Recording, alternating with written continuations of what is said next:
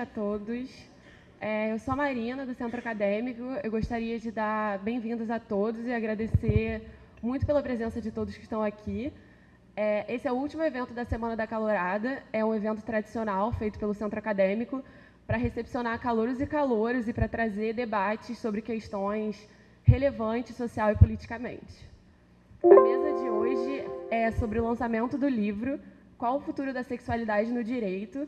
É o produto coletivo do Grupo de Pesquisa e Sexualidade, Direito e Democracia, aqui da Faculdade de Direito. E nós achamos esse tema muito relevante porque traz todo um senso crítico para o direito, permite ampliação desse senso crítico e permite que nos traga muitas reflexões sobre as relações de poder do nosso país e sobre o que é democracia no nosso país. Os palestrantes de hoje, gostaria de agradecer a mesa, são Adriana Geisler, é assim que fala? Geisler, desculpa.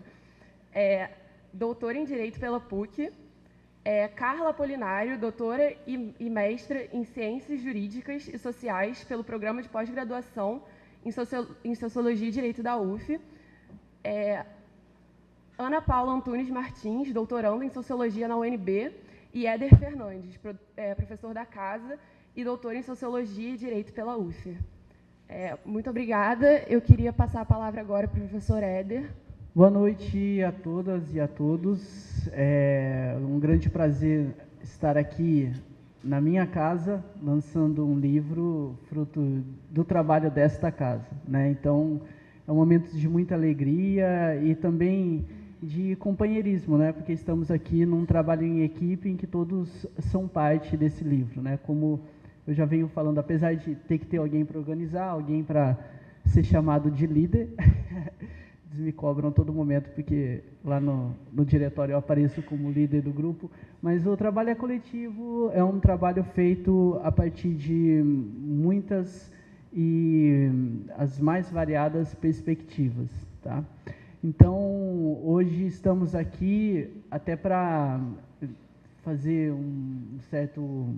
uma certa honra, né, ao trabalho que se desenvolveu nesse tempo todo, com essa perspectiva de divulgar o trabalho na Semana da Calorada e, principalmente, convocá-los, né, para um pensamento um pouco mais crítico a respeito do direito, tá? Então, eu vou falar um pouquinho do projeto e da proposta do livro, até para que todos possam ter a noção a respeito de como se desenvolveu esse trabalho e as propostas que estamos trazendo enquanto análise do próprio direito, tá certo? Então, um grupo de pesquisa, ele está vinculado à Faculdade de Direito e também ao Programa de Pós-Graduação em Sociologia do Direito, tá? Então, nós temos já vários trabalhos em andamento e um trabalho principal que guia toda a atividade do nosso grupo, que diz respeito às políticas sexuais no direito e na modernidade, tá? Então, já vou falar a respeito disso. O grupo, então, ele tem praticamente 2 anos de atividade, então a gente avançou bastante, né, com relação aos produtos que desenvolvemos, e nesses 2 anos nós basicamente nos reunimos para discutir e trabalhar, reuniões semanais e muitas vezes, várias vezes na mesma semana. Então foi um trabalho muito exaustivo, né, se essa palavra puder resumir. Então, nós nos reunimos em torno de uma bibliografia em comum e, a partir dessa bibliografia, cada um escolheu um eixo temático com um recorte conceitual da sexualidade e tentou pensar o direito a partir desse recorte. E esse trabalho, então, ele não é uma coletânea de artigos avulsos, ele é, na verdade, um único trabalho em que cada um dos escritores desses capítulos se permitiu pensar o direito a partir da sua própria perspectiva, mas dentro de todo um trabalho em conjunto, tá? Então, é mais ou menos essa metodologia que a gente desenvolveu. E cada artigo se desenvolveu através de um projeto que foi debatido por todos. Então, brigamos muito, muita gente ficou nervosa, angustiada, mas deu certo, né? Apesar dos pesares, deu certo. E só faltava o dinheiro. E aí a gente dividiu, cada um contribuiu com um pouquinho, E aqui está o nosso livro, fruto de um trabalho realmente em equipe. Então, eu e a Ana Paula estamos figurando como organizadores desse livro, mas, como eu disse, é por um aspecto meramente formal. Estamos todos em autorias, é um livro de todos, tá certo? Qual o futuro da sexualidade no direito? Este tema ele foi tirado de uma palestra que aconteceu na França nos anos 2000. Um livro que tem o seguinte título: A Sexualidade tem Futuro? E este livro foi organizado por vários autores, mas um principal deles, que é professor de Direito na França, chamado Daniel Borilho, que por uma coincidência do destino, durante as nossas discussões em grupo, eu acabei conhecendo o Daniel, e ele faz o prefácio do livro, e um prefácio excelente, ele ficou muito feliz também com o livro, e a vida nos uniu, né, de certa forma. Então, a partir dessa pergunta, a sexualidade tem futuro, nós acabamos desenvolvendo uma especificidade dessa pergunta, né, que é o título do nosso livro: Qual o futuro da sexualidade no direito? Eu não sei se você percebeu, mas atualmente tem se falado muito a respeito da sexualidade. Não só no direito, obviamente, mas há um momento de politização muito profunda da sexualidade, principalmente nos últimos anos em nossa sociedade, não só no Brasil, mas em várias partes do mundo. Então, a partir desta grande fala sobre sexualidade, e também de uma pronúncia que o direito acaba necessariamente fazendo sobre a sexualidade, nós nos permitimos perguntar ou trazer essa pergunta sobre o futuro da sexualidade para o direito, até para entendermos um pouco como chegamos a este momento que estamos falando dos novos direitos, principalmente, neste caso, os direitos sexuais e reprodutivos, e para onde iremos chegar com essas muitas falas sobre a sexualidade no direito.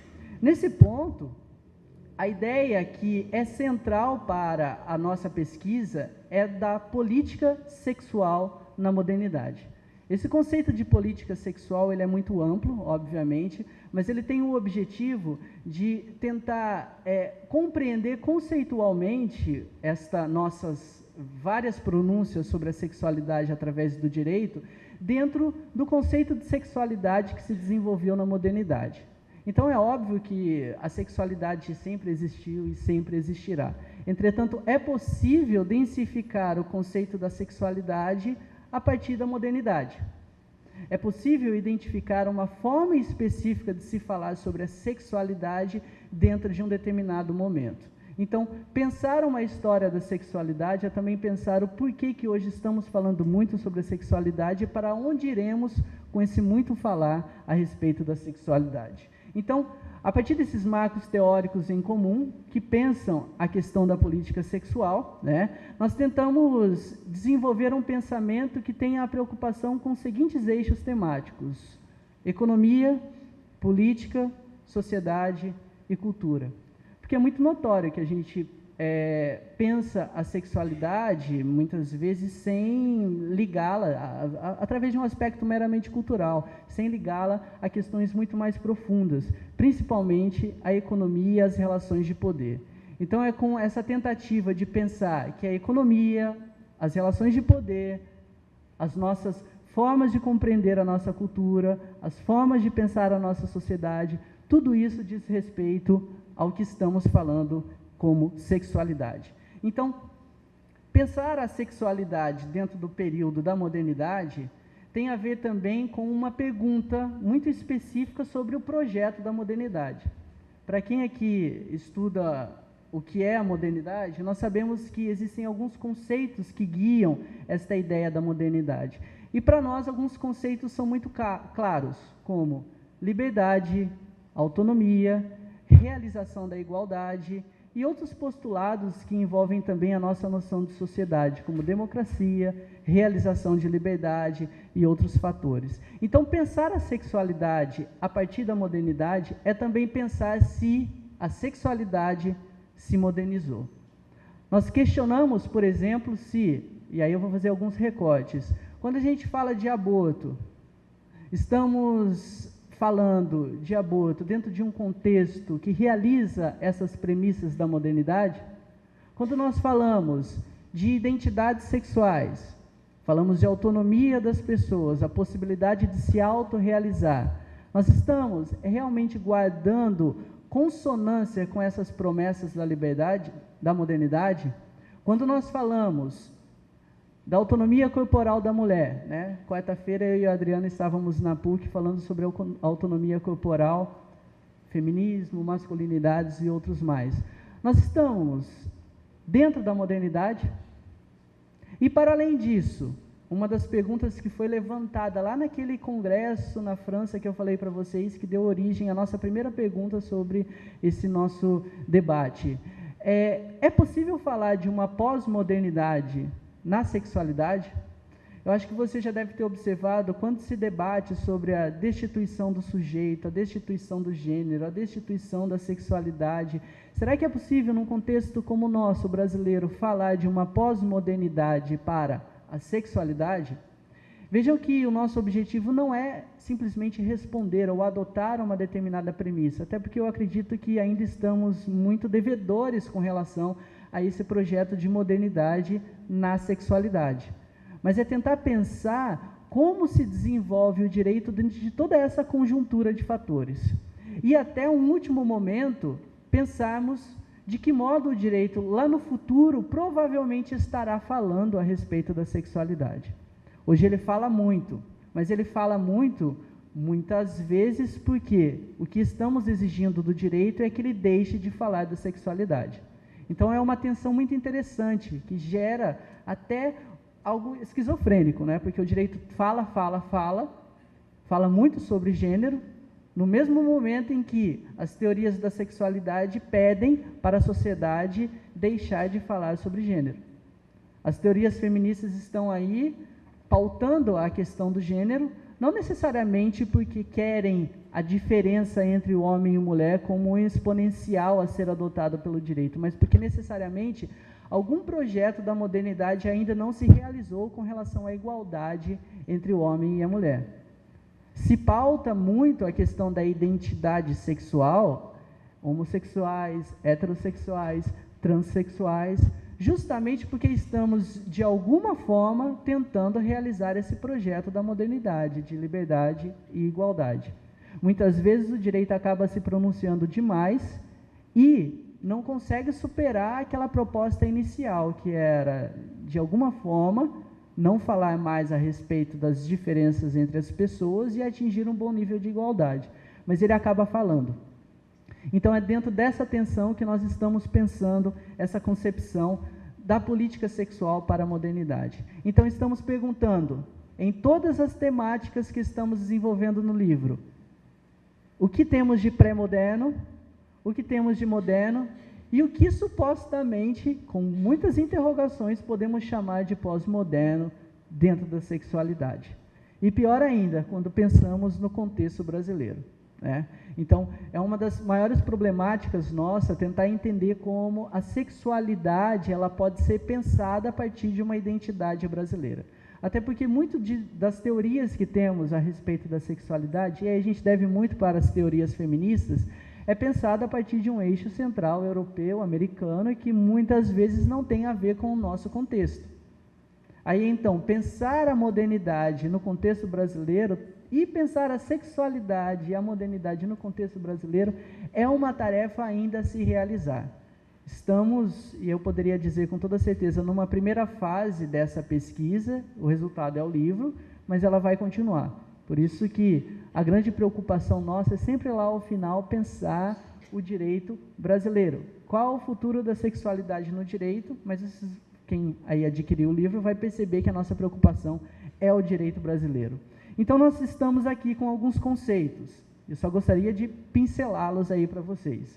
E dentro do aspecto político, nós estamos sempre perguntando o que temos de projeto liberal, enquanto uma sociedade que se baseia em premissas liberais, principalmente em relação às nossas concepções a respeito de liberdade, né?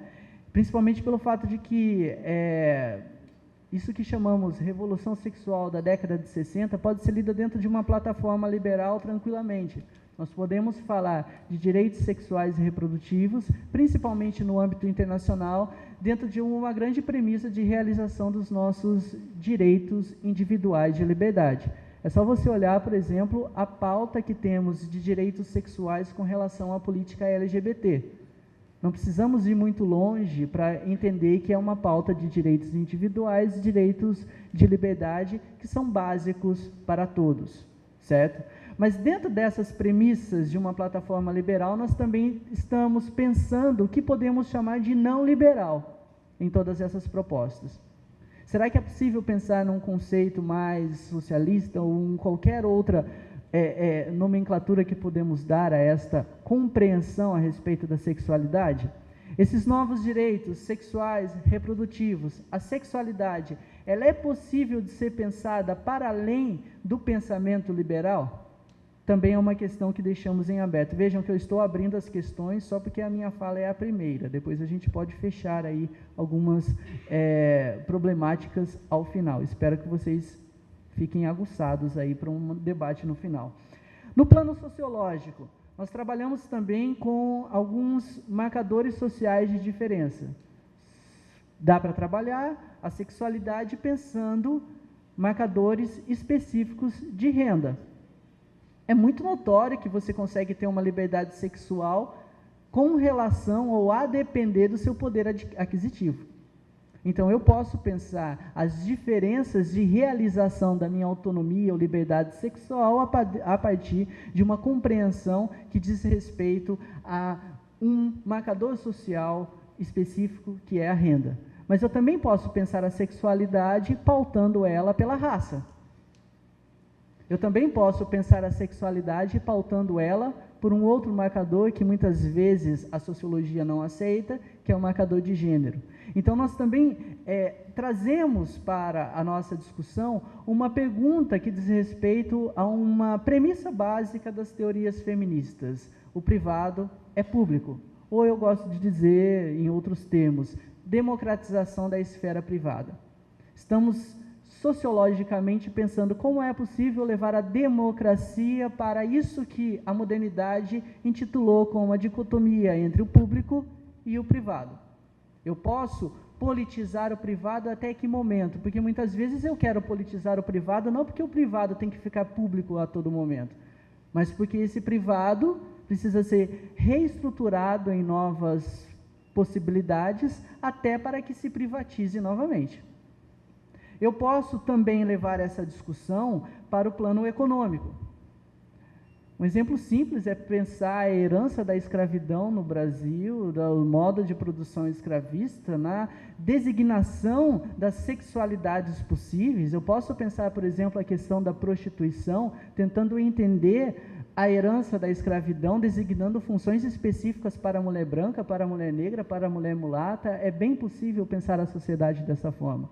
Eu posso pensar, por exemplo, a questão da homossexualidade hoje, fazendo diferenciação entre o homossexual negro, o homossexual índio, o homossexual branco. Eu posso pensar a partir de todas essas divisões específicas, não porque eu quero a diferença por si, mas porque se estamos com uma promessa de liberdade e igualdade a ser realizada, alguma coisa precisa ser pensada a respeito dessa promessa que ainda não se realizou. Eu também posso, dentro do plano econômico, tentar pensar a nossa sociedade a partir daquilo que intitulamos hoje como neoliberalismo. E eu deixo muitas aspas, porque há muitas dúvidas sobre o conceito que usamos para o momento econômico que estamos vivendo. Mas, provocativamente, pensar a economia, as influências na nossa sexualidade, é pensar que, por exemplo, quando você sai, a Carla vai falar sobre isso, eu acho, não sei, eu não ouvi ainda, mas eu já estou dizendo que ela deve falar a respeito, é pensar o mercado de trabalho a partir de concepções que envolvem a sexualidade. É muito certo que o mercado, ele às vezes exige um padrão e às vezes ele permite um padrão de sexualidade. É muito certo que o mercado muitas vezes também recepciona e fomenta concepções de sexualidade. Não sei se você já viu agora, está na moda a roupa queer. Já viram? A roupa que não tem gênero. O mercado ele é muito bom. porque ele acaba se adaptando a qualquer circunstância.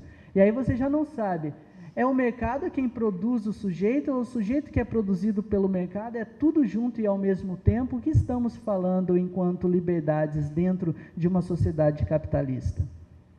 Vejam que agora é grande o número de propagandas na televisão que adotam a pauta feminista, que adotam a pauta LGBT, e aí a gente já não sabe, aqueles que estavam criticando o capitalismo, de repente encontram no capitalismo um aliado da sua pauta. Como fica essa situação? Aqueles que antes se portavam numa grande crítica do liberalismo, de repente se dão conta que as premissas básicas do liberalismo, principalmente baseadas em direitos individuais, são as que mais fomentam a proteção desses direitos sexuais e reprodutivos. Dentro, então, desse plano econômico, político, sociológico, jurídico, teórico, é momento para pensarmos como o direito, já estou passando, né? Estou entendendo. É momento para pensarmos como o direito pode falar a respeito da sexualidade. E aí eu posso pensar o direito brasileiro, porque se você fizer uma breve categorização do direito brasileiro com relação à sexualidade, ou quando ele fala a respeito da sexualidade, eu vou ter que, inevitavelmente, falar em um primeiro momento, estou falando do contexto brasileiro, disso que nós chamamos de Brasil, que um dia disseram que nos descobriram, em algum momento aí desse passado, com muitas aspas nisso, mas eu devo falar do direito canônico. Há toda uma bibliografia a respeito do momento inquisitorial aqui no Brasil, em que se falava bastante sobre a nossa forma de exercer a sexualidade. Eu tenho que falar também do Código Civil de 2002, que adota uma concepção, e eu não estou falando sociologicamente, eu estou falando juridicamente, uma concepção patriarcal de sociedade. Falar do Patris Familia, de uma sociedade guiada por um único chefe, que é um homem que acaba designando os caminhos dessa família, é compreender o direito através de uma determinada premissa que muitas vezes entra em tensão com uma promessa da modernidade ou de um liberalismo que tentava se realizar na nossa sociedade. É entender também a Constituição de 88 como um marco na tentativa de produzir igualdade entre gêneros, como um marco que se desenvolve até o momento atual, quando estamos pensando as pluralidades sexuais e as possibilidades de realização de direitos através de uma noção de dignidade da pessoa, uma promessa que foi trazida pela nossa Constituição.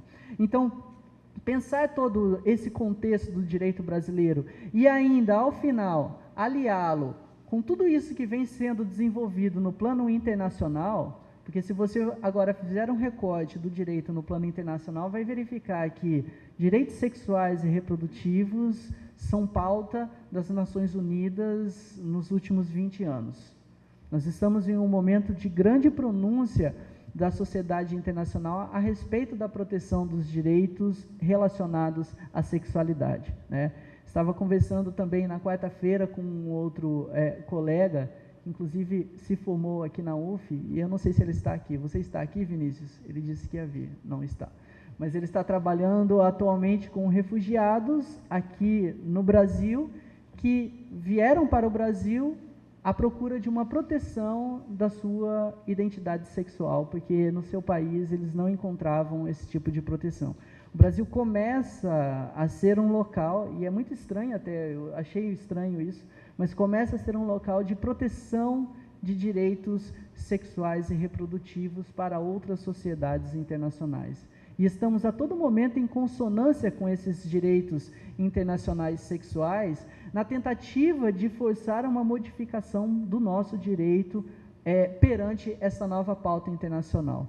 Então, pensar o direito, o futuro da sexualidade no direito é esse grande projeto que nós tentamos mapear através de 2 anos de pesquisa nas mais variadas temáticas. Sexualidade envolve identidade, envolve personalidade, envolve autonomia, envolve liberdade, além de todos os outros temas bem específicos, como prostituição, maternidade, sexualidade dissidente, LGBT e outras mais, questões de gênero e também, pasmem, masculinidades.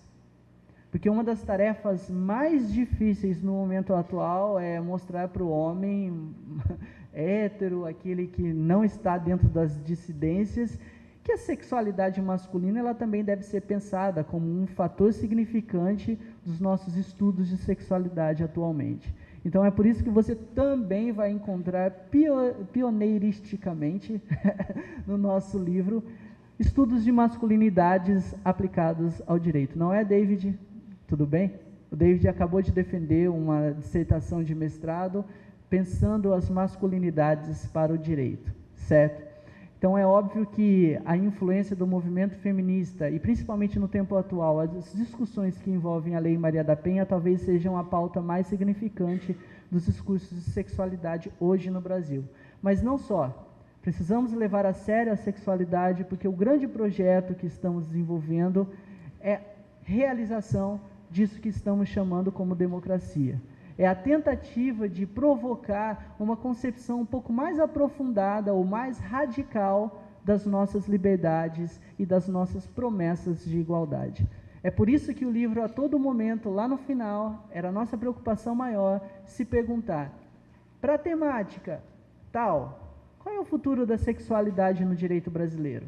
Para essa temática, a gente ainda percebe grande influência de uma concepção pré-moderna. É possível entender que já atingimos graus interessantes de modernidade? Será que isto já não avança para aquilo que muitos intitulam como pós-modernidade? Eu não sei. A nossa tarefa também não é a de responder todas essas questões, mas de provocar um debate a respeito da sexualidade no direito. Por isso a pergunta ela é meramente provocativa, né? Meu pai esses dias conversando comigo, falando sobre o livro, aí ele me perguntou, mas então, no final, vocês chegaram à conclusão de qual é o futuro da sexualidade no direito? Falei, então, pai, a pergunta não serviu para isso. Na verdade, foi para tentar responder as formas possíveis da sexualidade a partir de várias temáticas no direito. Com isso, eu vou encerrar, desculpe, para dar tempo para todo mundo falar. Com isso, eu gostaria que todos tivessem um olhar um pouco mais cuidadoso para a questão da sexualidade no direito. E, por favor, é um pedido que eu tenho feito há um bom tempo, não pergunte para um pesquisador da sexualidade de maneira pejorativa. Ah, você pesquisa sobre sexualidade, não é? Até estava brincando na PUC na quarta-feira, que a primeira coisa que fazem quando vêm conversar comigo, eu explico que eu estou pesquisando hoje sexualidade, é olhar para mim e dar risada. Tipo igual o direito tributário, né? Oi, tudo bem, você pesquisa direito tributário? Nossa, que legal! É de outro mundo. Não, é uma pesquisa realmente séria que envolve a nossa forma de compreender a democracia e suas relações com as nossas promessas da modernidade. É basicamente isso que eu tinha a falar. Eu volto ao final, mas gostaria novamente de agradecer todo mundo que auxiliou nesse projeto, também ao Bruno da editora Bonecker, né, que esteve aí conosco desde o começo, né, tentando resolver os nossos problemas das insuficiências financeiras. Conseguimos chegar a um bom acordo e deu certo o projeto do livro. Então, muito obrigado a todos, de coração, e o projeto continua, não é? Eu sei que foi cansativo, mas a gente vai continuar nas próximas edições. E gostaríamos de contar com todos aqui nos próximos lançamentos. Eu vou agora conectar a Ana Paula, que vai falar conosco aqui via Skype. Então, boa noite a todas as pessoas presentes.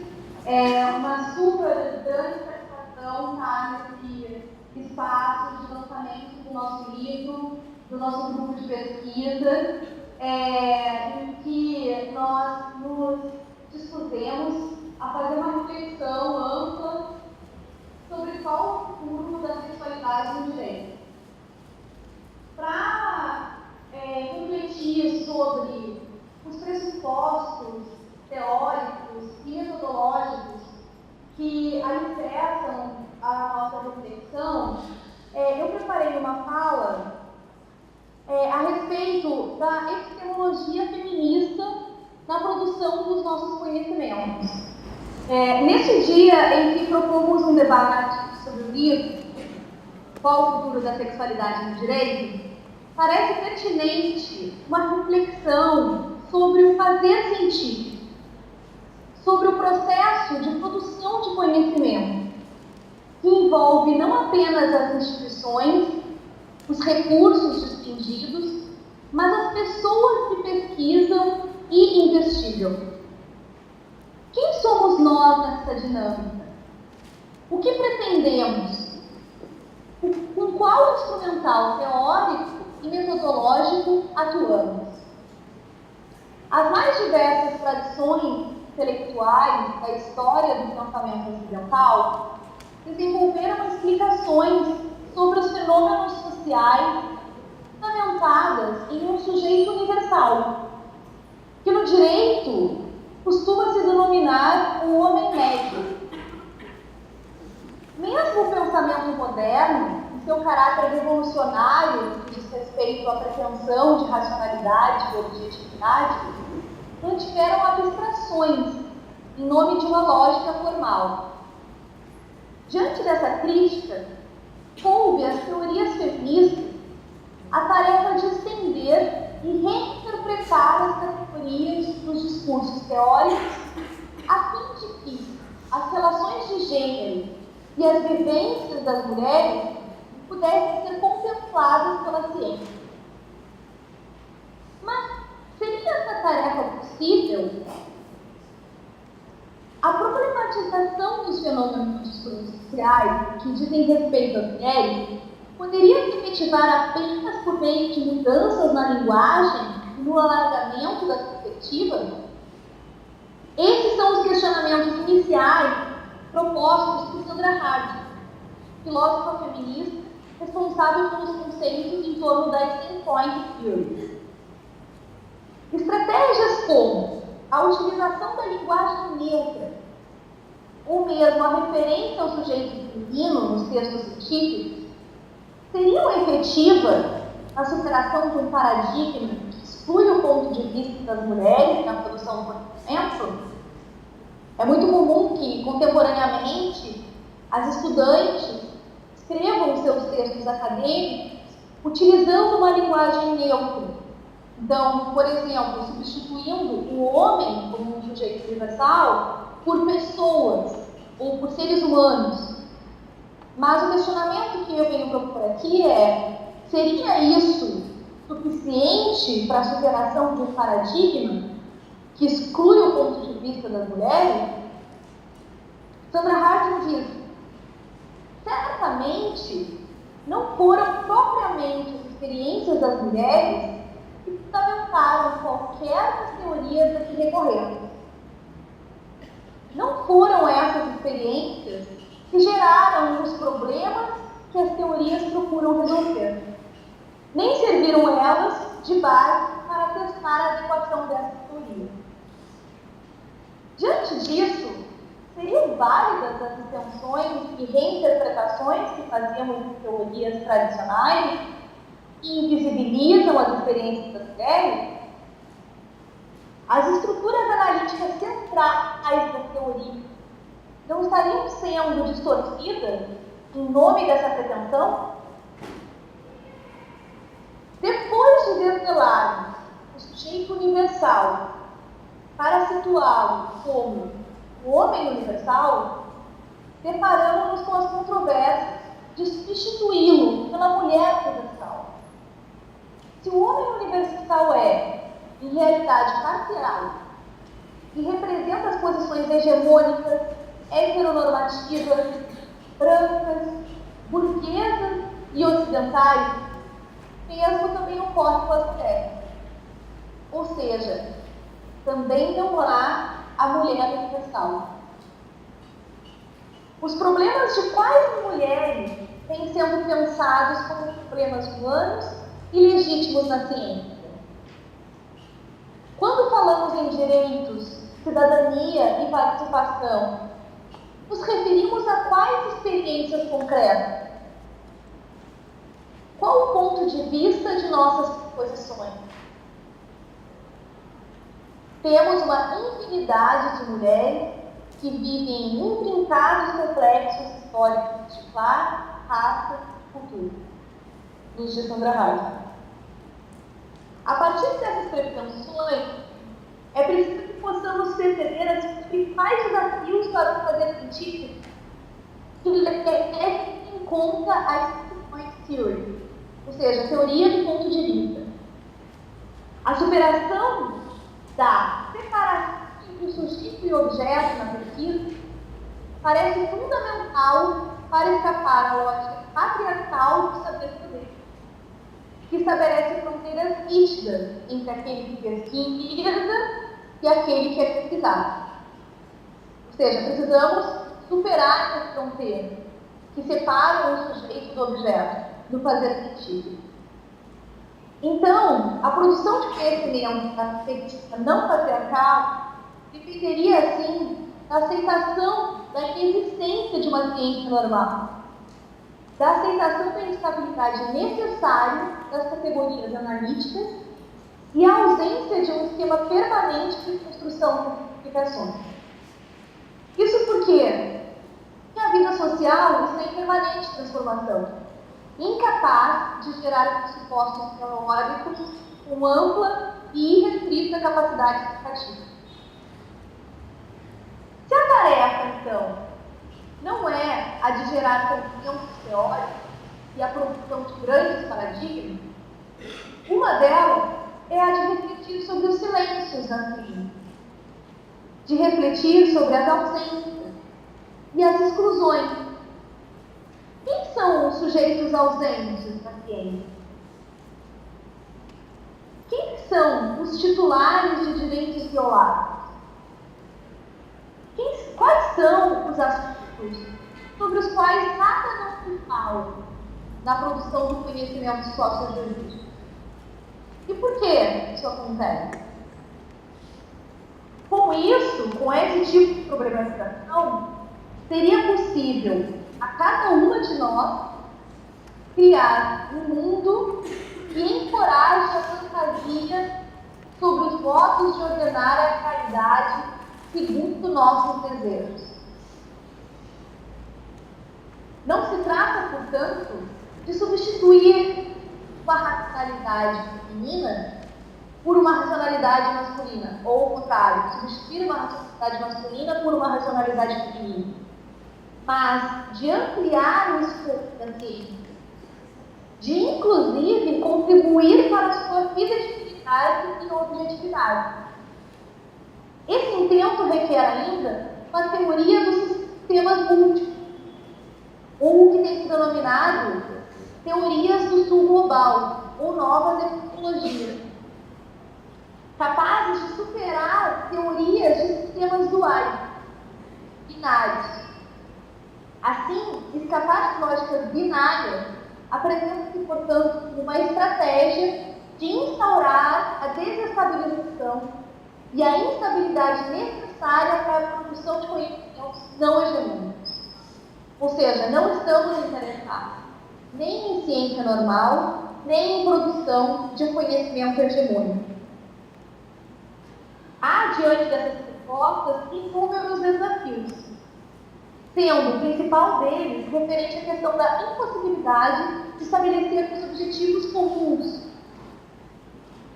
Sandra Harding diz: somente a história poderá resolver ou dissipar esse problema, não os nossos esforços analíticos.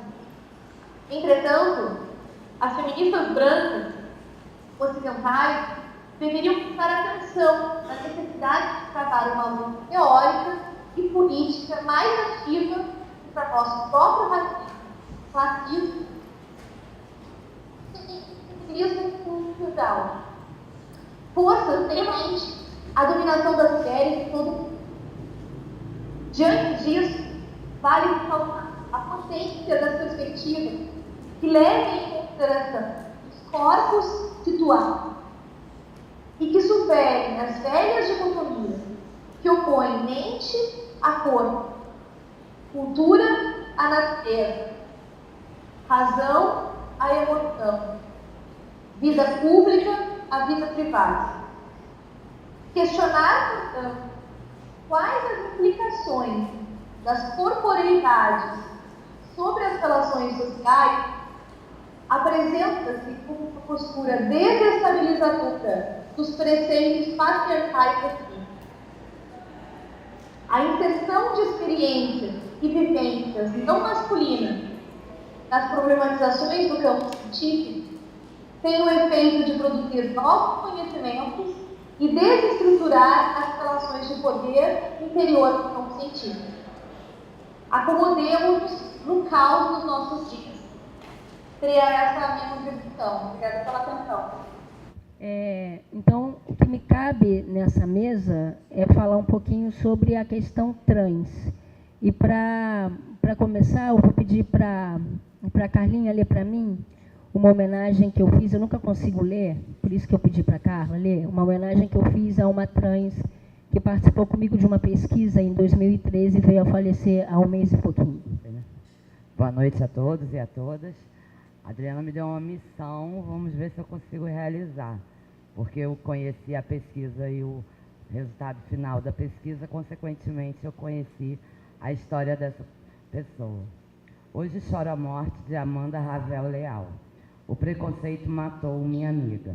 Conheci Amanda em função de uma pesquisa realizada em 2013, mas logo nossa relação se estendeu para além das exigências do campo acadêmico, pelas verdades que carregava, por sua espontaneidade, por sua sinceridade.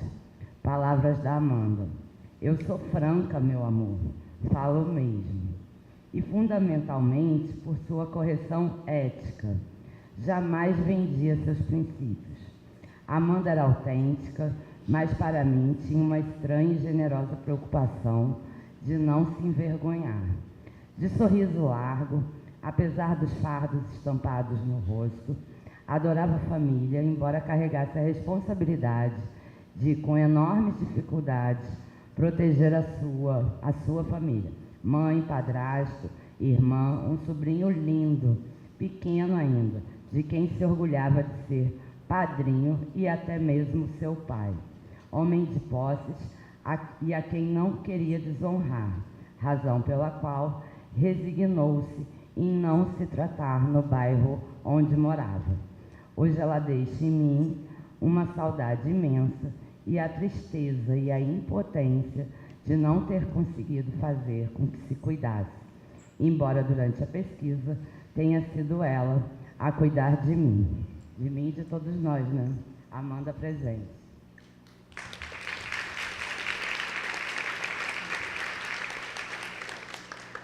Não é possível pensar a questão trans e, como o Éder adiantou, não é possível pensar e repensar a política sexual e o direito sem que reflitamos sobre o modelo de democracia que queremos. E eu vou pensar aqui esse modelo a partir de duas categorias, que eu inclusive utilizo no texto que está no livro, a de pluralismo e a de protagonismo. A questão trans, né, é um tema bem amplo, né? A questão trans é um tema bem amplo e que poderia ser abordado sobre vários aspectos. E ele é tão amplo quanto a carência de políticas públicas para essa população, no que tange à garantia de quaisquer dos direitos de cidadania já universalmente garantidos. No que respeita ao setor saúde, as demandas dessa população vêm sendo atendidas na medida em que reduzem a própria infecção por HIV/AIDS ou, mais recentemente, se vinculam às práticas relacionadas ao uso de hormônios e próteses para transformações corporais. Quando a saúde olha para essa população, olha exclusivamente sobre a ótica dessas duas linhas de cuidado, né? HIV, DST/AIDS ou, mais recentemente, uso de hormônios e próteses para transformações corporais. Portanto, essas duas linhas de cuidado no sistema de saúde dizem respeito e se limitam à prevenção e ao controle do HIV e essas transformações. Portanto, configuram um duplo estigma, a gente pode dizer, na política de atenção à saúde para travestis e transexuais. Portanto, a garantia do acesso aos serviços de saúde se expressa para essa população sobre a insígnia do preconceito e da exclusão. Esse foi o caso de Amanda. que abdicou de ser atendida no Hospital da Posse. Amanda dizia que o seu pai era dono de Nova Iguaçu. Era um senhor muito rico, que chegou a absolver a Amanda numa de suas empresas para trabalhar e fazia chacota com ela junto aos outros funcionários. A Amanda não aguentou essa situação, saiu de casa e foi morar com a mãe, e até o fim da vida sustentou mãe, padrasto, que tinha tido um AVC, portanto não conseguia trabalhar, e uma irmã, mãe solteira, e esse afilhado, que a Amanda dizia muito respeitosamente, eu não sei se eu sou padrasto ou madrasta, né? Ela tinha, então, esse cuidado que eu nunca compreendi, esse respeito com o outro que eu jamais toleraria, né? Deixar de se cuidar, né, perto de casa, né, em função de não querer, né, trazer nenhum tipo de constrangimento ao pai, né? Mas é importante, então, entender que no campo da saúde, no que se refere ao direito dessa população, né, ele fica limitado e adstrito a essas duas políticas. E o acesso, né, se expressa, e o acesso, de um modo geral, se expressa sempre a partir desse preconceito. A Amanda me contava que ela não queria ter que ficar na fila no Hospital da Posse, todo mundo a identificando como trans, enfim, trazendo os constrangimentos ao pai a que ela se referia. Mas, ainda que a gente fale de processo transexualizador no Brasil, não é, e de transformações corporais, mesmo no que toca essas duas grandes linhas de cuidado, só existe no Brasil 5 serviços de saúde disponíveis. Um deles é o Pedro Ernesto, que vem mantendo os mesmos pacientes desde 2011. Né? Então, o Pedro Ernesto não abre mais, desde 2011, a possibilidade de atender novas trans. Portanto, a cirurgia no Brasil não demora menos do que 15 anos para ser realizada. Não sem antes, sabemos, sujeitar a pessoa trans a um tratamento de 2 anos com uma equipe de profissionais de saúde, sobretudo endócrino, né, médicos, psicólogos e psiquiatras, que devem atestar o enquadre dessa pessoa ao padrão do que se chama de verdadeiro transexual. A autonomia corporal das pessoas transexuais é verdadeiramente limitada, nesse caso, na medida em que consentimento para a realização de redesignação sexual é dado por um terceiro, a equipe médica, e autorizado por um juiz. Portanto, a gente pode falar de autonomia restrita no caso das pessoas transexuais. No campo do direito, há sim, portanto, uma linha de continuidade entre os argumentos que são favoráveis e desfavoráveis à cirurgia de transgenitalização, ou mesmo as favoráveis e desfavoráveis à alteração do nome anteriormente à cirurgia. Apesar de possibilitar a alteração da identidade legal e significarem uma alternativa efetiva às objeções e restrições legais existentes, apenas admitem uma autonomia restrita. Ambas as decisões, tanto as que são favoráveis quanto as que são desfavoráveis à cirurgia, continuam a desconsiderar a preservação da autonomia das pessoas no âmbito do cuidado de sua saúde, já que não admitem a identidade sexual como construção social, prerrogativa pessoal do sujeito ou de sua subjetividade pessoal. Assim, as identidades de gênero estão, para a saúde, sujeitas às determinações da ciência médica e do poder jurídico. Assim é que saber, poder médico e jurídico têm orientado as políticas públicas de saúde e o exercício de cidadania formal para essa parcela da população. O direito adota, neste caso, uma estratégia naturalizadora, quando sustenta esse modelo de dimorfismo sexual. No campo da educação, no campo da educação, eu quase caí dessa cadeira. No campo da educação, a realidade testemunha o baixo índice de escolaridade e o alto de evasão escolar em se tratando de pessoas trans. Também nessa área, não são poucos os relatos de abandono do acesso ao direito em razão do preconceito. No que tange ao trabalho e à empregabilidade, a Carlinha pode falar melhor que isso, em pesquisa não muito recente, a ANTRA, Associação Nacional de Travestis Transsexuais, concluiu que 90% das pessoas trans vivem da prostituição e ela tem se colocado como única alternativa para essa população ao lado do salão de beleza. Poderemos ainda falar das situações de violência que nos chegam pelos jornais e, sobretudo, pelas redes sociais, ou mesmo do profundo desrespeito às pessoas trans encarceradas, consubstanciado no corte de cabelo compulsório, no banho de sol sem camisa e com seios à mostra para as mulheres trans, nos estupros em razão das poucas alas em separado para essas pessoas. Vê-se que a condição de aviltamento a que estão submetidas nas mais variadas esferas da vida demonstra o estado geral de pouca concretização de direitos para as pessoas trans. Até bem pouco tempo, essa era uma população praticamente invisibilizada. E ainda que a academia venha se dedicando agora aos estudos sobre essa população, ainda são poucos os registros de pesquisas realizadas com as pessoas trans. As demandas dessa população são as mais variadas possíveis e são tão antigas quanto os discursos sobre a sua deslegitimação, dentro e fora da academia. Historicamente, o indivíduo transexual tem sido visto como aquele que verdadeiramente se adequa à normalização binária inscrita na lógica jurídico-formal da igualdade. Mesmo no contexto do que a gente chama de constitucionalização do direito civil, as transexualidades continuam a ser contempladas e tuteladas sob a égide da abstrata e universal noção de sujeito de direito. É um pouco isso que a Ana Paula trouxe para a gente hoje. Assim, transexual é mais indivíduo, portador de direitos e deveres, quanto mais um igual ele for a mim, ainda que como uma cópia imperfeita da minha cis-heteronormatividade. Na égide do todos são iguais, porém, perante a lei, vale a minha lei, a lei da cis-heteronormatividade. E é aí que se apagam as diferenças.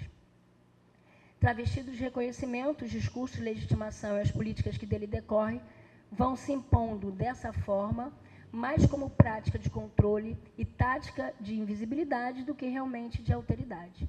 Quanto menos trans ele for, quanto menos transitar entre o feminino e o masculino, quanto mais fixar a sua identidade de gênero ao sexo biológico, mais poderá circular seguramente como um de nós. Temos, portanto, um desafio epistemológico e prático. A reflexão sobre as políticas sexuais, também no caso das pessoas trans, exige, como disse Ana Paula, uma metodologia feminista de atuação que rompa com o enfoque universalista do direito e abra caminho ao processo deliberativo mais plural de produção da norma jurídica, incluindo-se nele circunstâncias de fato atinentes aos grupos vulnerabilizados. No campo da interface entre o direito e a sexualidade, não há como se falar de dignidade da pessoa humana para as pessoas trans, às expensas do reconhecimento real do que eu denomino de protagonismo trans. O conceito de dignidade da pessoa humana não tem conseguido sozinho, né, às expensas desse conceito de protagonismo, se operacionalizar em direção à plena realização dos direitos da personalidade. Se a gente está falando de corpo, a gente está falando de autonomia existencial, a gente está falando de autonomia corporal, a gente está falando de direitos da personalidade. No que respeita à concretização dos direitos da população trans, e para que não se corra o risco da gente ficar aqui voando por números metafísicas, é imperioso observar a efetivação desses direitos sob a forma de políticas públicas, considerando o contexto de produção dessas políticas. E, lamentavelmente, numa perspectiva democrática e de ampliação da cidadania, sabemos como essas políticas estão distanciadas do que querem seus destinatários, sujeitos de direito. Nesse tempo em que as multidões gritam a sua política nas ruas, torna-se fundamental legitimar o que eu chamo de discursos autobiográficos, valorizar os protagonismos de si e fazer operar as singularidades onde o mundo das abstrações e universalizações operadas pelo direito, não raro, insistem em silenciar. Para além desses discursos, é preciso convocar nas brechas do sistema cis-heteronormativo as anormalidades, os desvios, as maldições, as estranhezas, para falar os desejos, para que os desejos possam falar diretamente dos corpos das pessoas trans na forma de necessidades, demandas e produção de seus direitos. Para além da lógica da representação, é necessário que a própria precariedade se expresse como beleza e potência, tirando, como elas gostam de dizer, a política da Bolsa, tirando a micropolítica da Bolsa sob a forma de novas possibilidades com caráter de resistência. A categoria protagonismo agrega à reflexão sobre a identidade das pessoas trans um outro elemento, a da autonomia dessas pessoas, no sentido de dar normas a si mesmo. Protagonista é o personagem principal da encenação. Trata-se de reconhecer nelas o papel cardinal na elaboração de políticas públicas que a ela respeita, inclusive, mas não apenas, no que toca às suas demandas por modificações corporais. Para terminar, juro. Na realidade jurídica e a realidade social não pode ficar encerrada em uma espécie de arcabouço normativo que enfatiza as ficções em prejuízo de uma crítica aproximada, aproximada do jurídico ao mundo da vida. Dignidade exige, portanto, ampliação da cidadania. Para pessoas e grupos subalternizados, esse alargamento depende de suas próprias estratégias, isso é, das estratégias daqueles que têm pouco poder. Para Foucault, vamos lembrar que os corpos são tomados por diferentes dispositivos de assujeitamento. A principal tarefa da modernidade é o controle biopolítico sobre os corpos. Como se sabe, desde fins do século XVIII, a biopolítica se manifesta como uma espécie de estatização do biológico, aquilo que Foucault vai denominar de biopoder. Trata-se de otimizar um estado de vida, de intervir para fazer viver, e na maneira de viver, no como da vida. Segundo Foucault, observa-se a passagem do exercício de poder disciplinar para uma forma de poder que se exerce como uma estatização do biológico. Para esse autor, esse poder consegue se capilarizar a níveis micropolíticos, alcançando corações e mentes, espalhando-se por todo o tecido social. Tem-se a expressão de um poder que encontra todos na intimidade, que se exerce sobre a vida, sobre todas as suas minúcias. Nas trilhas de Foucault, Butler reafirma que os corpos são entrecortados pelo interativo heterossexual. A autora toma as identidades de gênero, refletindo sobre as condições de subordinação que se encontram frente às relações de poder. Se para Foucault o poder circula, se exerce em rede, passa por nós, Butler acrescenta, a partir do conceito de performatividade de gênero, a possibilidade do desmonte da norma que exige identidades demarcadas. Para Foucault, aonde há poder, há resistência. Pode-se dizer com Butler que os corpos constituem formas de ser e estar no mundo a partir desses atravessamentos.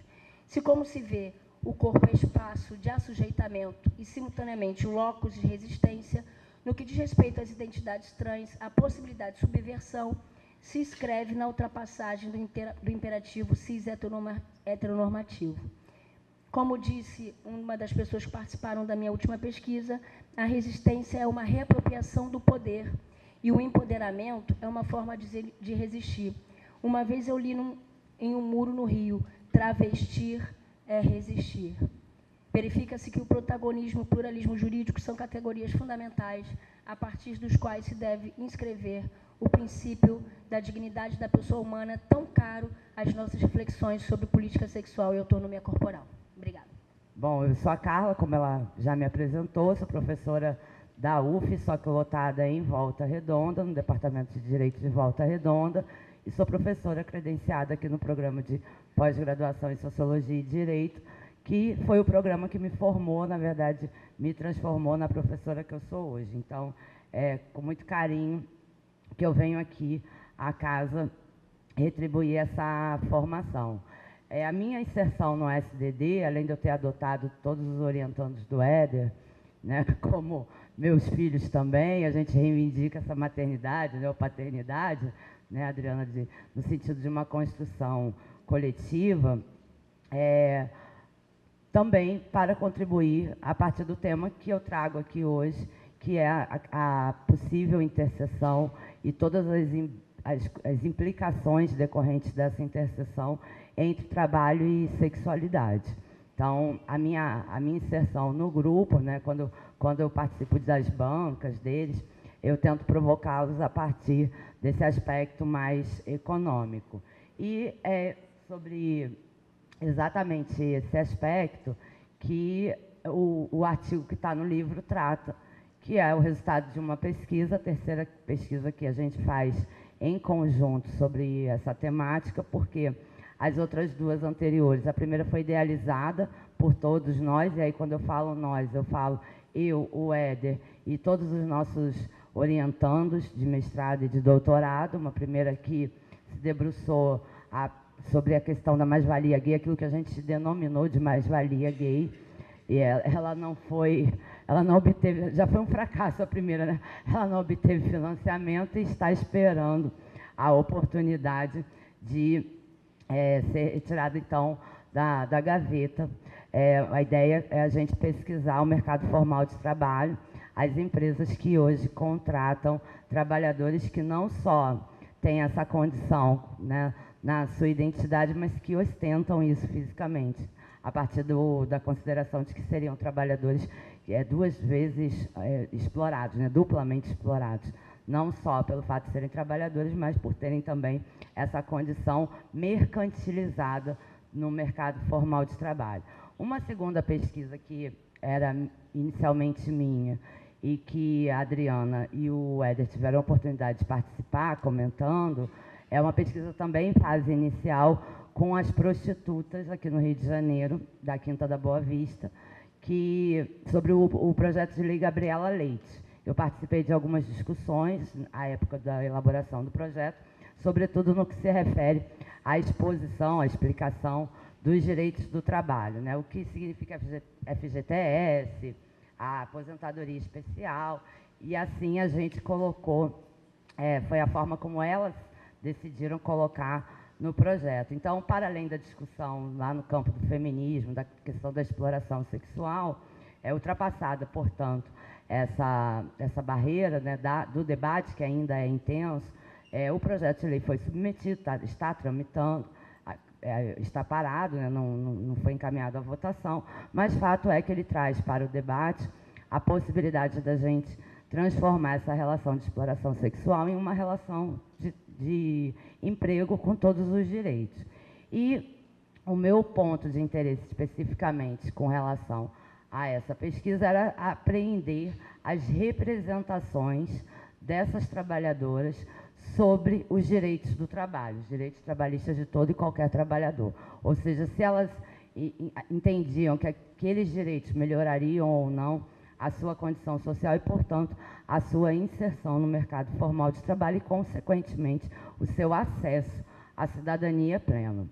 E os resultados foram apresentados num congresso que a gente esteve presente, o GT era da Adriana e do Éder em Foz do Iguaçu, e os resultados não foram surpreendentes, né, são dramáticos, condições de trabalho muito precárias, horas de trabalho, renda variável, enfim, toda a configuração de um trabalho que a gente condena hoje a partir do pressuposto de que esse trabalho ele é precário e intensificado.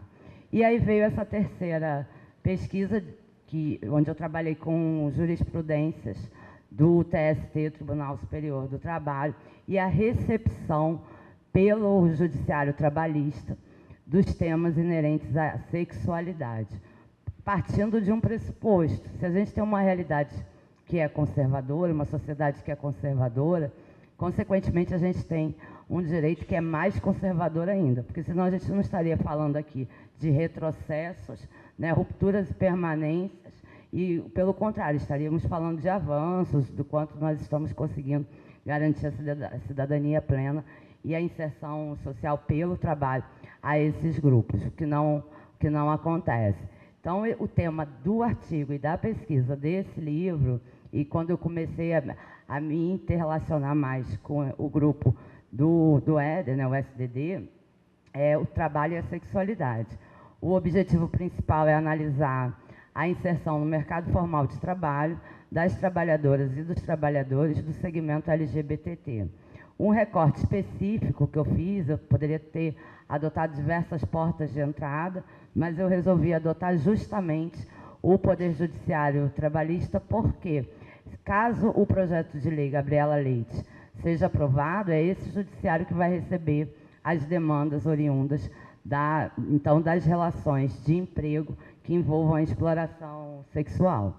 Então, o meu recorte específico foi a atuação do Poder Judiciário Trabalhista no que diz respeito às demandas envolvendo os trabalhadores e as trabalhadoras do segmento LGBTT, como uma parcela importante da classe trabalhadora.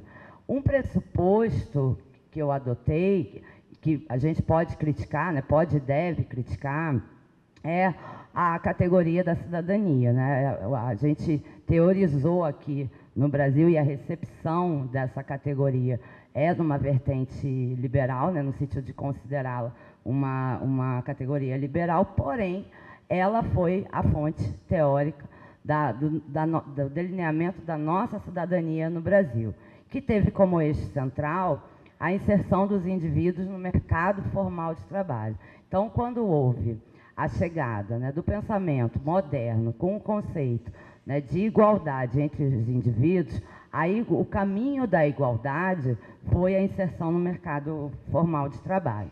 Então, a minha justificativa para a pesquisa é que a análise mais detida da inserção da população LGBTT no mercado formal de trabalho se faz necessária, uma vez que a realidade concreta e objetiva de vida dela parece revelar um profundo quadro de exclusão social. Então, na verdade, eu já parto do pressuposto de que esses indivíduos estão excluídos do mercado formal de trabalho. E como a Adriana acabou de adiantar, né, os dados de uma pesquisa, a gente já sabia, né, mais ou menos desse resultado, não foi novidade, não foi nenhuma surpresa, mas como para o debate, os dados estatísticos são importantes, 90% das trans têm como atividade principal a prostituição.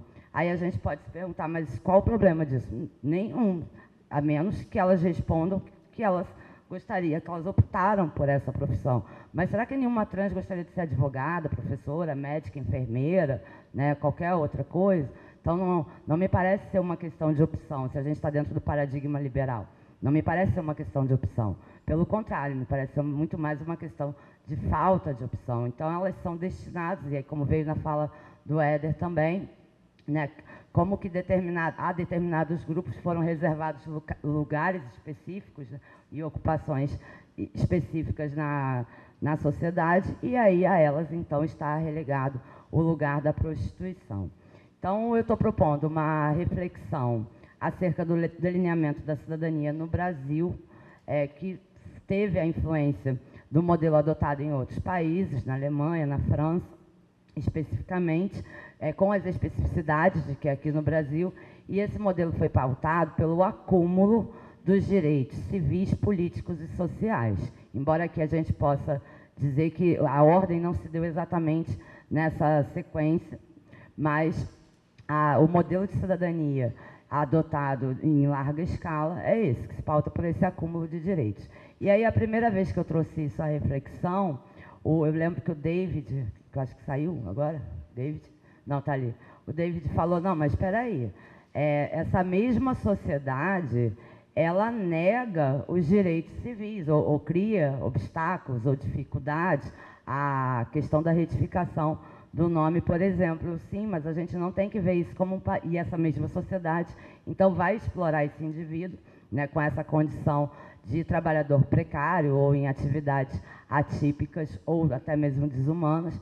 Mas aí a gente precisa perceber que isso não é uma disfunção, né, ou um desvio de finalidade desse padrão de inserção social. Pelo contrário, esse é o padrão, é o de uma inserção que se dá em uma determinada esfera de forma mais acentuada e em outra determinada esfera de forma menos acentuada. Então, a luta pelos direitos civis, ela me parece mais avançada do que a luta nas conquistas alcançadas pelo campo dos direitos sociais. E é isso que a gente está discutindo aqui. Os direitos sociais na concepção também mais clássica de direitos trabalhistas, sindicais e previdenciários. Então, a categoria cidadania é uma categoria analítica importante para a gente pensar, nesse paradigma da modernidade, a inserção dos indivíduos na sociedade. Por quê? A modernidade prometeu a inserção social por meio da inserção social no mercado de trabalho. Era a sociedade salarial, o modelo pautado pela sociedade salarial, que muitos pesquisadores começaram a questionar, a criticar, dizendo, olha, essa sociedade salarial ela se realizou em alguns países, mas em outros não, né? Aqueles que puderam experimentar um estado de bem-estar social, ainda que não tenha havido a incorporação maciça da totalidade dos indivíduos, eles pelo menos experimentaram o pleno emprego. No Brasil, por exemplo, não é essa a nossa realidade. A gente está muito mais para um estado de mal-estar social, como diz o Francisco de Oliveira, do que de bem-estar social. Então, como pensar categorias inteiras que deixaram de ser incorporadas e de terem acesso, portanto, à cidadania por meio desse acúmulo, nessa matriz liberal dos direitos sociais, políticos e civis, políticos e sociais. E, pior do que isso, nesse contexto de desemprego desestrutural, que coloca em xeque esse ideário moderno da inserção social pela via da inserção no mercado formal de trabalho, a gente tem ainda a recepção dessas questões, e questões decorrentes do debate acerca da sexualidade pelo Poder Judiciário trabalhista, numa perspectiva muito conservadora. Então, os casos são chocantes. Eu aprendi com as companheiras trans a tentar poupá-las de passarem diversas vezes pelo mesmo mal-estar. Então, a primeira vez que eu apresentei essa pesquisa foi aqui também na UF, mas lá no Gragoatá, num evento elaborado pelo projeto de extensão UF Mulher, e eu compus uma mesa de trans, onde, de repente, eu descobri que a única trans da mesa não era eu.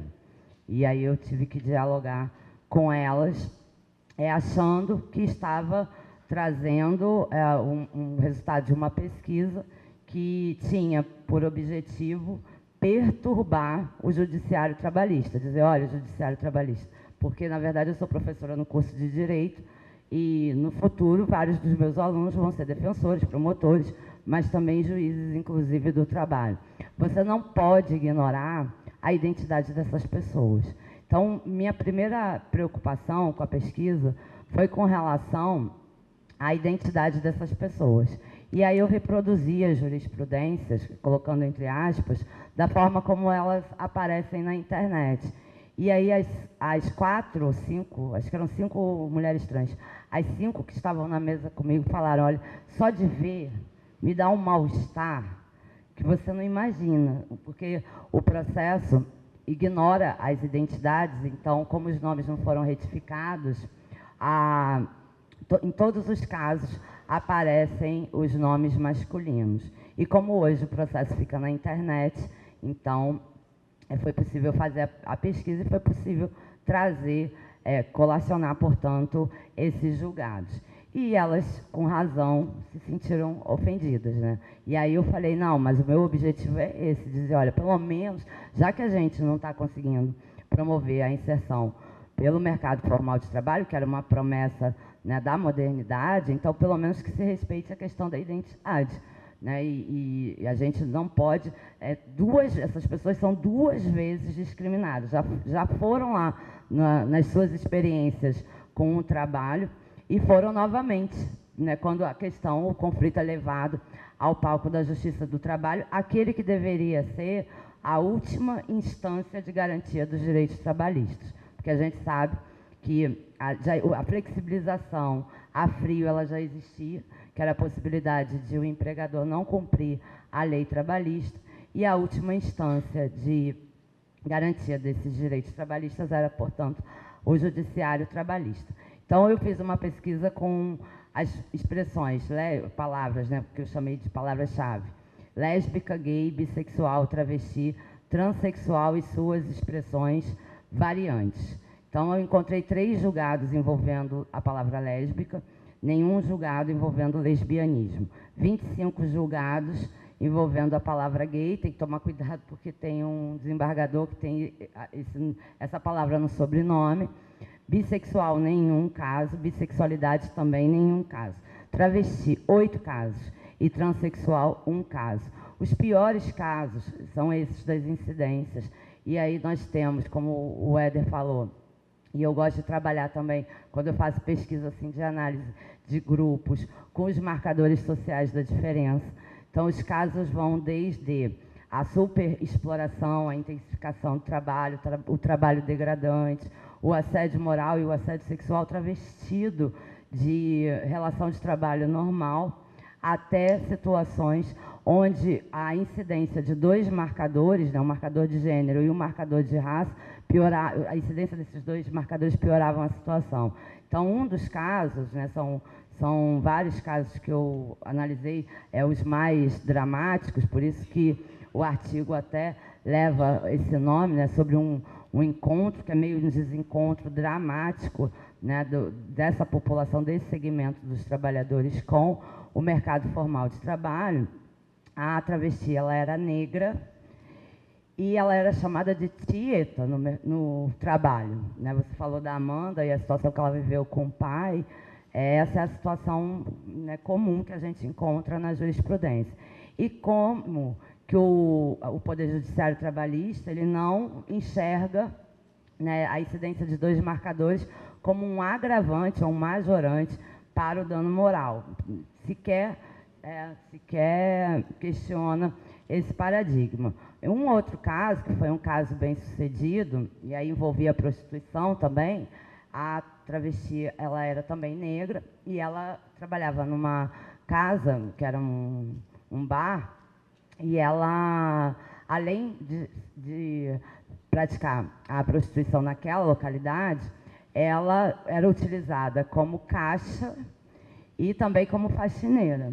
Então, milagrosamente, né, assim, numa perspectiva mais progressista, o juiz entendeu que ela realmente estava tendo acúmulo de funções na mesma jornada de trabalho e determinou o pagamento, portanto, dos salários que não foram pagos a título dos serviços prestados como caixa e como faxineira. Ela era garçonete também.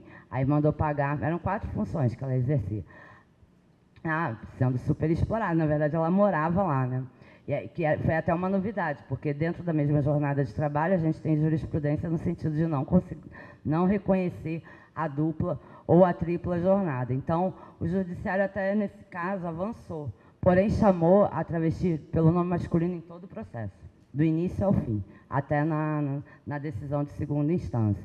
Então, como é que a gente vai pensar a questão da inserção social com um grupo que tem atuação e exerce, né, um poder, porque o direito também é o exercício de um poder, né? Quando o juiz diz o direito, ele está, né, se colocando na sociedade e dizendo qual é a posição dele, que sequer reconhece a identidade desses indivíduos. Então, o mercado formal de trabalho não reconheceu e o judiciário trabalhista teve uma postura mais conservadora ainda.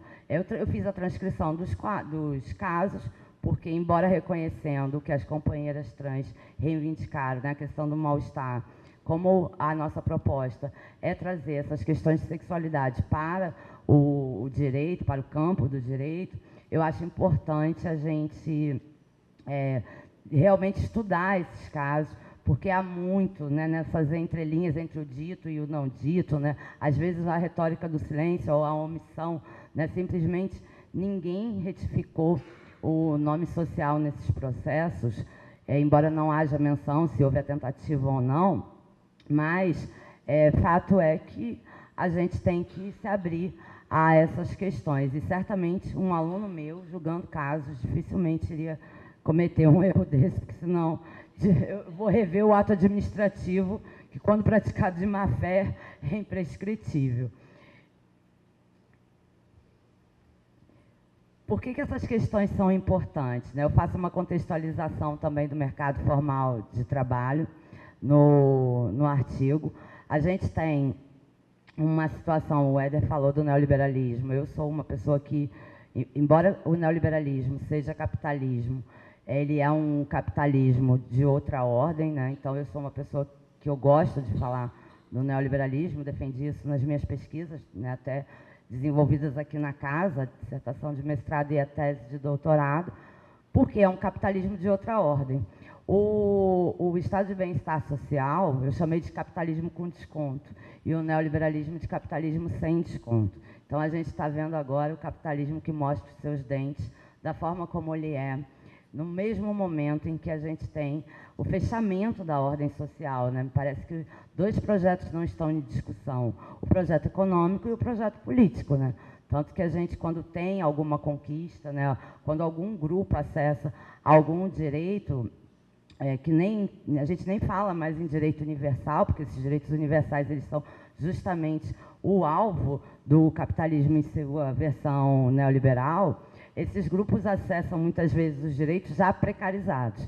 Então, eu sou bastante crítica do direito do trabalho, embora eu reconheça que ele tenha sido fruto de lutas sociais dos trabalhadores, justamente agora que ele está em xeque, né, isso fica bastante evidenciado, mas é importante a gente notar que esse conjunto de direitos, né, trabalhistas, também incluídos os previdenciários e os sindicais, eles tiveram muito mais efeito simbólico do que efeito concreto na vida dos indivíduos aqui no Brasil.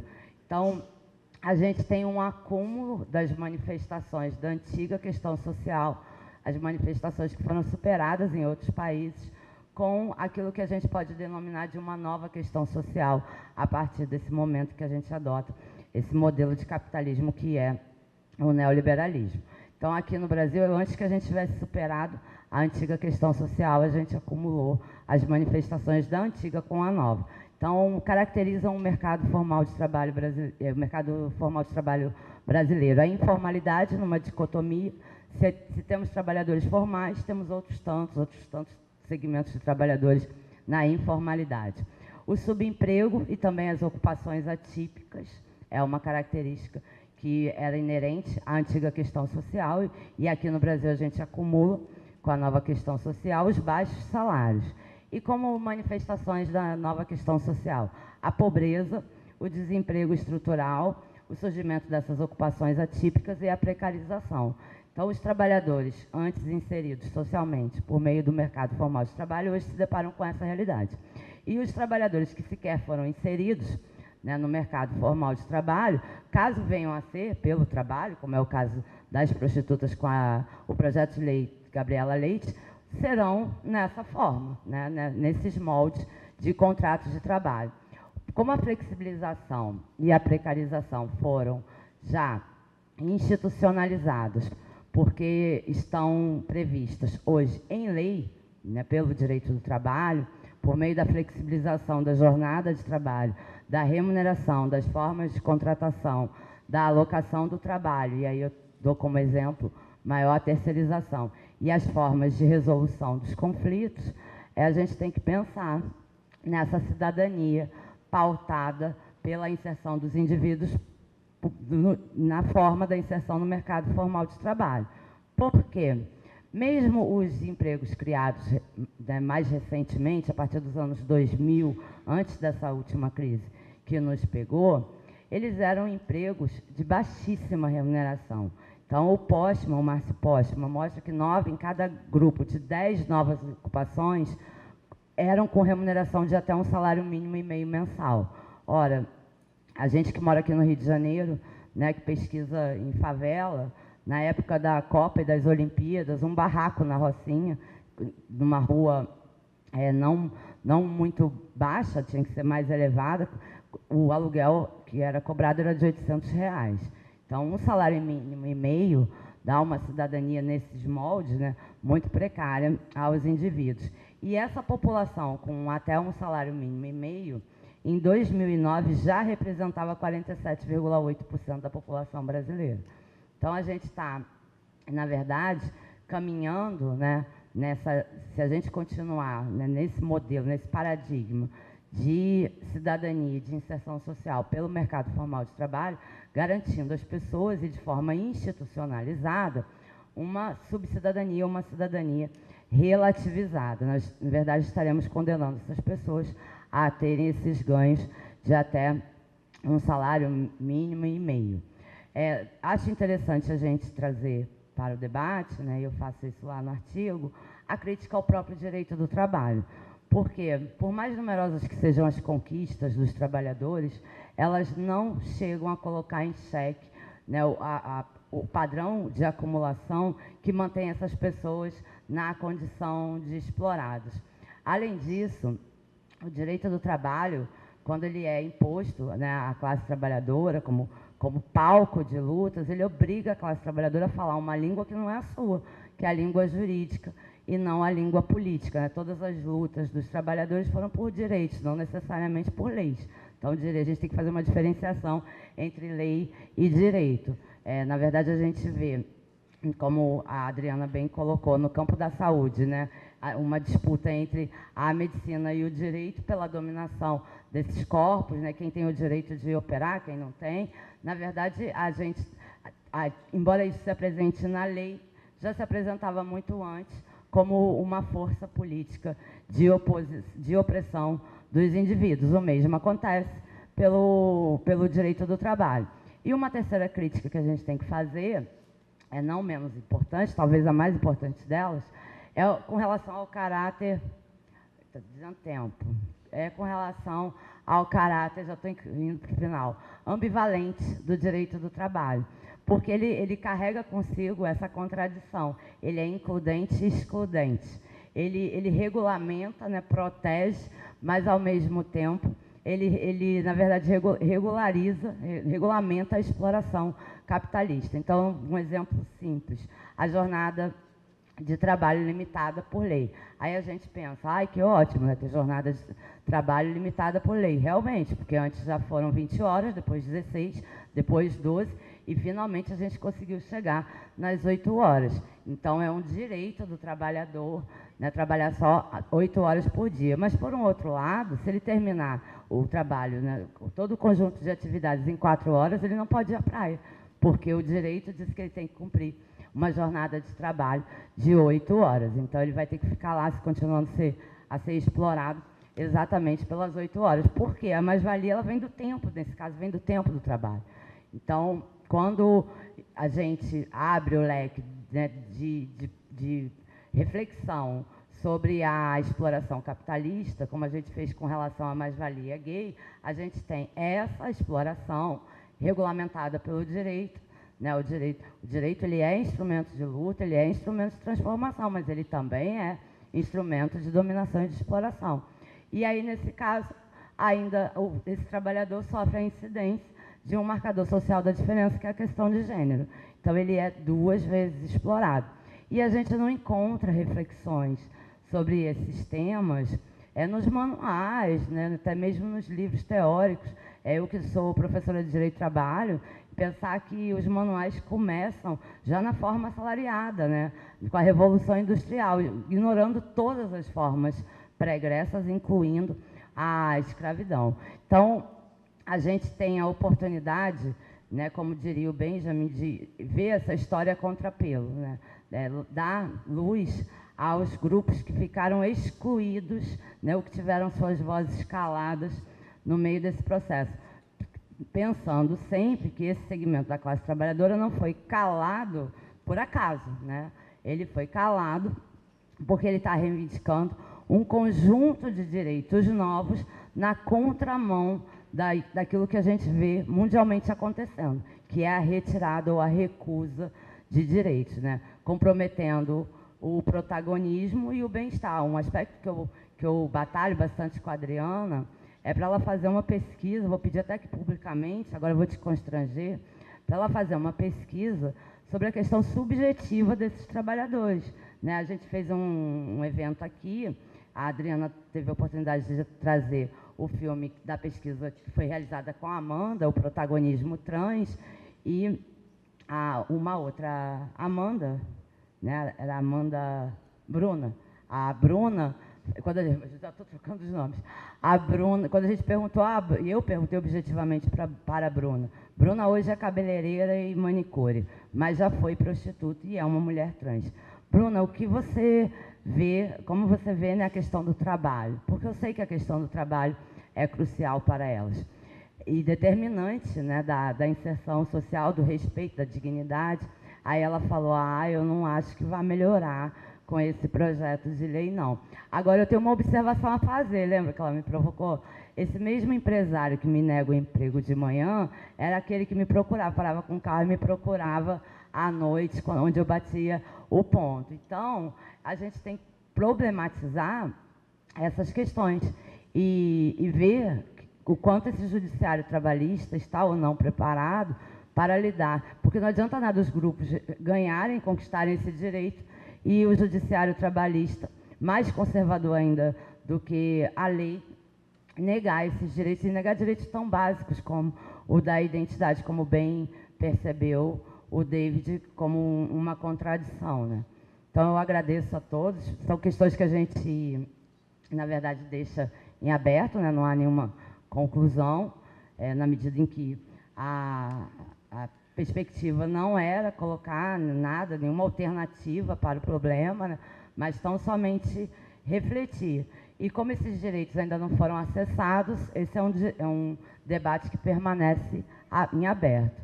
Agradeço a todos e a todas, muito obrigada.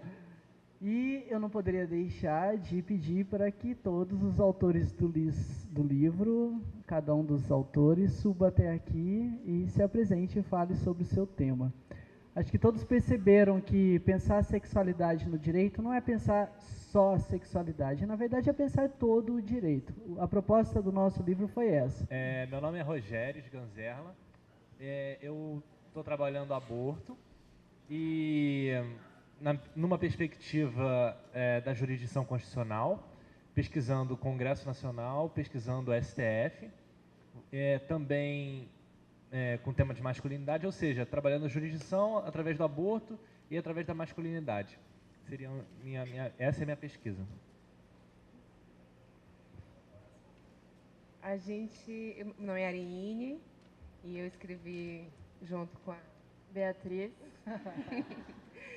E a gente está trabalhando com as perspectivas que envolvem o gênero e a violência doméstica, compreendendo essa categoria de gênero como os sujeitos envolvidos, as identidades dos sujeitos envolvidos, então aqueles que denominamos agressores e aqueles que denominamos vítimas. E como a abordagem da Lei Maria da Penha, que é o nosso marco teórico, e encaminha as discussões e o que a gente tem conseguido perceber de avanço ou de possibilidades de compreensões que a lei e o direito trazem no diálogo com esses sujeitos que estão envolvidos nesses processos, nessas suas subjetividades e as relações que eles estabelecem entre eles.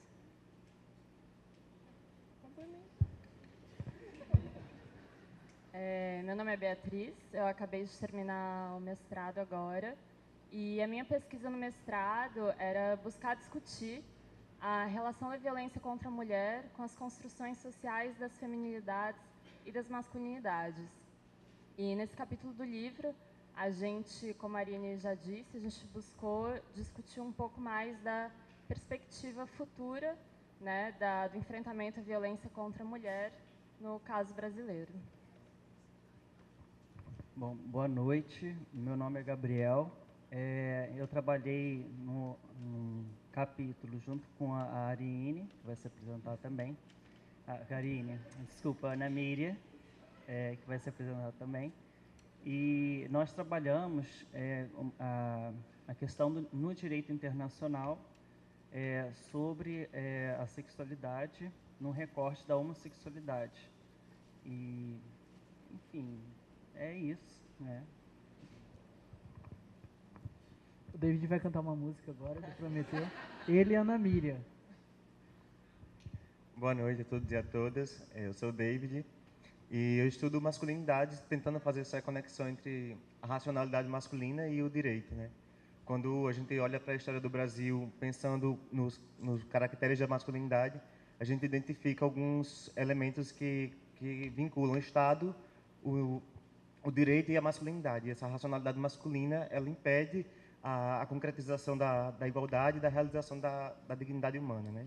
Então, quando eu faço um apanhado de leis, pensando em quais foram essas alterações jurídicas que tocam no papel do masculino e questionando se essas alterações, como, por exemplo, a Lei Maria da Penha, né, que as meninas trabalham, ou a questão do racismo, ou outros fatores de participação política das mulheres, igualdade entre pessoas heterossexuais, gays e tudo mais, se essas alterações legislativas elas reconfiguram o masculino ou garantem uma democracia de gênero. E a partir daí, então, é que eu desenvolvi minha pesquisa do mestrado e agora entro no doutorado discutindo mais questões de como a economia, política, cultura e o direito vinculam e legitimam o sujeito masculino como o sujeito central da justiça. É isso. Boa noite a todas e a todos. Meu nome é Natália, eu estou na reta final do mestrado, né? O meu capítulo do livro é basicamente a minha pesquisa. Eu ofereci uma matéria junto com a Arine aqui também sobre teoria feminista do direito. Eu procuro estudar dentro dessa minha pesquisa questões que eu acho que passam por todos os capítulos, né? Que são questões ligadas à democracia. Então, eu utilizo de uma autora que eu gosto muito, que chama Nancy Fraser, que trabalha, para mim, todas as questões essenciais para a gente entender o nosso contexto mundial, através do reconhecimento, da redistribuição e da representação. Então, ela trabalha questões econômicas, políticas e questões sociais, ligadas à identidade, ao reconhecimento e a formação dessas identidades dentro da sociedade. Nesse capítulo eu utilizei alguns conceitos dentro do feminismo, né? Gênero, diferença, a participação da mulher na esfera pública, como essa inserção se dá, a questão do público e do privado, para poder entender também as questões ligadas à formação de políticas públicas para as mulheres. Então, eu trabalho com conceitos um pouco, digamos, mais macro, né? Que me leva a entender um pouco a democracia, né? Que é meu objetivo. Boa noite a todas e todos. Meu nome é Carolina Pires e eu escrevi o artigo junto com a Clarissa Félix e o nosso artigo é sobre a discussão de gênero e raça. Né? A gente está fazendo, na verdade, uma análise a partir de uma perspectiva interseccional. E pensando como essa interseção de gênero, raça, classe, sexualidade, como essas interseções elas aprofundam o processo de subordinação direcionada para a violência policial. Então, nós analisamos 3 casos da Cláudia da Silva Ferreira, que foi arrastada pelas ruas do Rio de Janeiro, todo mundo pôde ver isso, né? E a Cláudia morava numa favela no bairro de Madureira. O caso da Luana dos Santos, que foi em São Paulo, né? Que era uma mulher lésbica que foi espancada até a morte dentro da sua comunidade. E o caso da Verônica Bolina, que era uma mulher trans e foi brutalizada no espaço da cadeia, né? Ela foi presa e foi completamente brutalizada, desfigurada, enfim. Então, pensar de que forma essas interseções elas aprofundam, né, esse processo de criminalização. Né? Quem são as pessoas que são criminalizadas e como...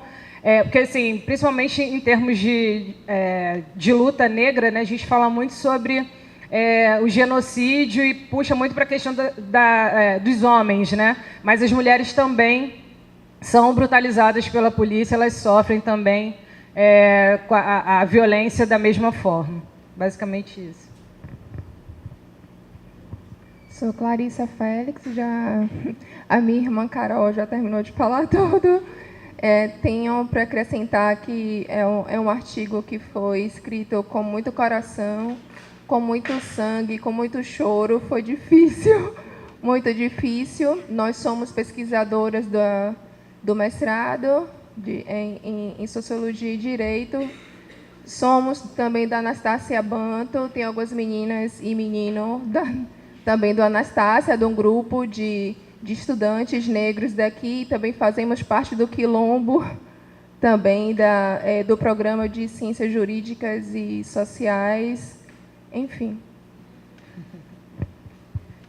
Boa noite a todas e todos. Meu nome é Roberta e no meu capítulo eu trabalho com tratamento dispensado às identidades trans pelo sistema penitenciário carioca. Então eu trago primeiro um histórico da conceitualização da transexualidade, para chegar na maneira como o direito abarca na sua nomenclatura, né, esse conceito, e, por fim, o sistema penitenciário. Então, depois eu faço trago um inventário legislativo com toda a legislação atinente a essa temática trans, que começa pelos direitos civis, direitos de personalidades, para, no final, trazer essa parte da legislação envolvendo o sistema penitenciário, primeiro nacional, e depois o caso específico do Rio de Janeiro. E, por fim, eu trago também algumas impressões de um trabalho de campo que eu realizei no presídio aqui do Rio de Janeiro, onde a maioria das pessoas trans e travestis, trans mulheres, né, e travestis, são direcionadas para tentar trazer algumas percepções, como a questão do gênero fluido, a questão da passabilidade também, para tentar imaginar, né, pensando na temática do livro, que é Qual o Futuro da Sexualidade, para tentar imaginar qual seria o futuro desse tratamento das identidades trans pelo sistema penitenciário. Acho que é isso, mais ou menos. Boa noite, meu nome é Ana Miriam e eu trabalhei com o Gabriel, apesar dele insistir em querer mudar meu nome. E no nosso capítulo a gente tentou trabalhar um pouco a desconstrução das redes e estruturas que abordam os conhecimentos sobre a sexualidade no Brasil. E a gente se utilizou de Foucault, basicamente, nas nossas análises, para desenvolver um conceito que a gente chamou de racionalidade sexual moderna, através de conceitos Foucaultianos como biopoder, racismo, biopolítica, governamentalidade. E, a partir daí, a gente sugere um novo modo de olhar o direito, né? Desde aí a gente faz um arcabouço de algumas legislações internacionais, como o Gabriel falou, e a gente tenta sair da disciplina dos corpos para a regulamentação. E como essa regulamentação se dá, agora não mais do ponto de vista de fazer morrer e deixar viver, mas agora também de fazer viver e deixar morrer. E como a sexualidade tem sido vista a partir dessa construção e como ela pode ser construída para ser reconstruída novamente. É isso. Olá, meu nome é Mariana, eu pesquiso direitos reprodutivos de algum tempo e no capítulo do livro da SDD, eu tratei da questão da invenção da maternidade, como conceito que foi sendo desenvolvido ao longo do século XVI, e o futuro da autonomia reprodutiva, isso pensando para agora. Meu filho está acenando ali, calma. Também faz parte, né? Faz parte da motivação para escrever, então é isso. Com o aumento da importância da maternidade ao longo do século XVI, a importância da infância em si altera a forma que as mulheres são vistas na sociedade, em função do aumento da importância das crianças. E aí, trata também no artigo dessa questão da demografia, dessa questão de como o Estado começa a se interessar pela população, então o controle sobre os corpos femininos resultante dessa importância para o Estado. E, por fim, eu tento pensar essa questão da autonomia reprodutiva não só em relação à possibilidade de ter ou não ter filhos, mas também como as mulheres são ainda as maiores responsáveis pelo cuidado como isso interfere em vários outros aspectos da vida, como, por exemplo, no mercado de trabalho. Então, eu analiso a legislação relativa à guarda compartilhada, relativa à lei de primeira infância, que alterou a licença paternidade, a licença maternidade, vendo assim, que um futuro para a autonomia reprodutiva seria realmente o compartilhamento das funções de cuidado, que não seja só relativa à maternidade e à mulher, que seja compartilhada na família e por toda a sociedade, que pela Constituição não é um dever só da família e de toda a sociedade. Então, pensando o futuro da autonomia reprodutiva a partir dessa equidade no âmbito privado, para que possa se estender à esfera pública também. Basicamente é isso. Eu gostaria de complementar até o que... que bom que eu estava querendo falar isso e a Carla falou. Não quero menção. Mas o que a gente enfrenta muito é esse debate que muitas vezes nos traz a essa questão do lugar de fala, né? Quem somos nós para falar a respeito de outras subjetividades, outras formas de se perceber no mundo? É óbvio que nós não queremos estar aqui falando sobre desgraça, né? Seria muito bom eu conseguir relatar para vocês assim, uma boa história sobre liberdade, igualdade, realização de direitos. Mas a nossa tentativa com relação a todas essas perguntas é justamente pensar como chegar a essa promessa de uma sociedade efetivamente digna, né? Em que possamos um dia não precisarmos mais falar a respeito da Maria da Penha.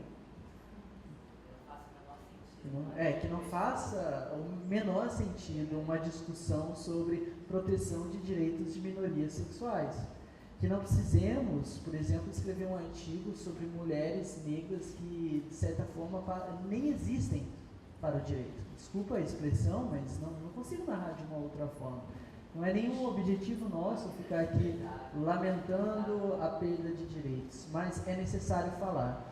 Então eu comecei abrindo a fala dizendo para vocês que estamos falando muito de sexualidade, mas acho que você deve ter chegado à conclusão que nós estamos falando muito sobre possibilidades e conquistas de direitos.